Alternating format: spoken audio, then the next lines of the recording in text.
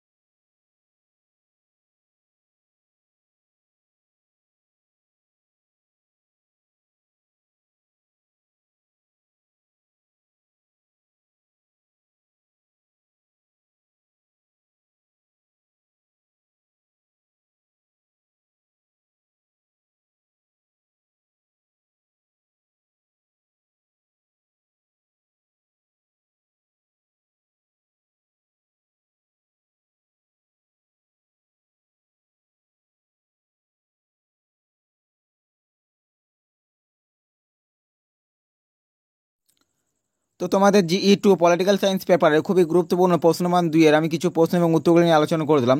তোমরা অবশ্যই প্রশ্নের উত্তরগুলো ভালো করে খাতায় লিখে এবং প্রস্তুত করে নেবে, কারণ তোমাদের হাতে কিন্তু আর বেশি সময় নেই, তোমরা অবশ্যই এখন থেকে প্রস্তুত করে নেবে।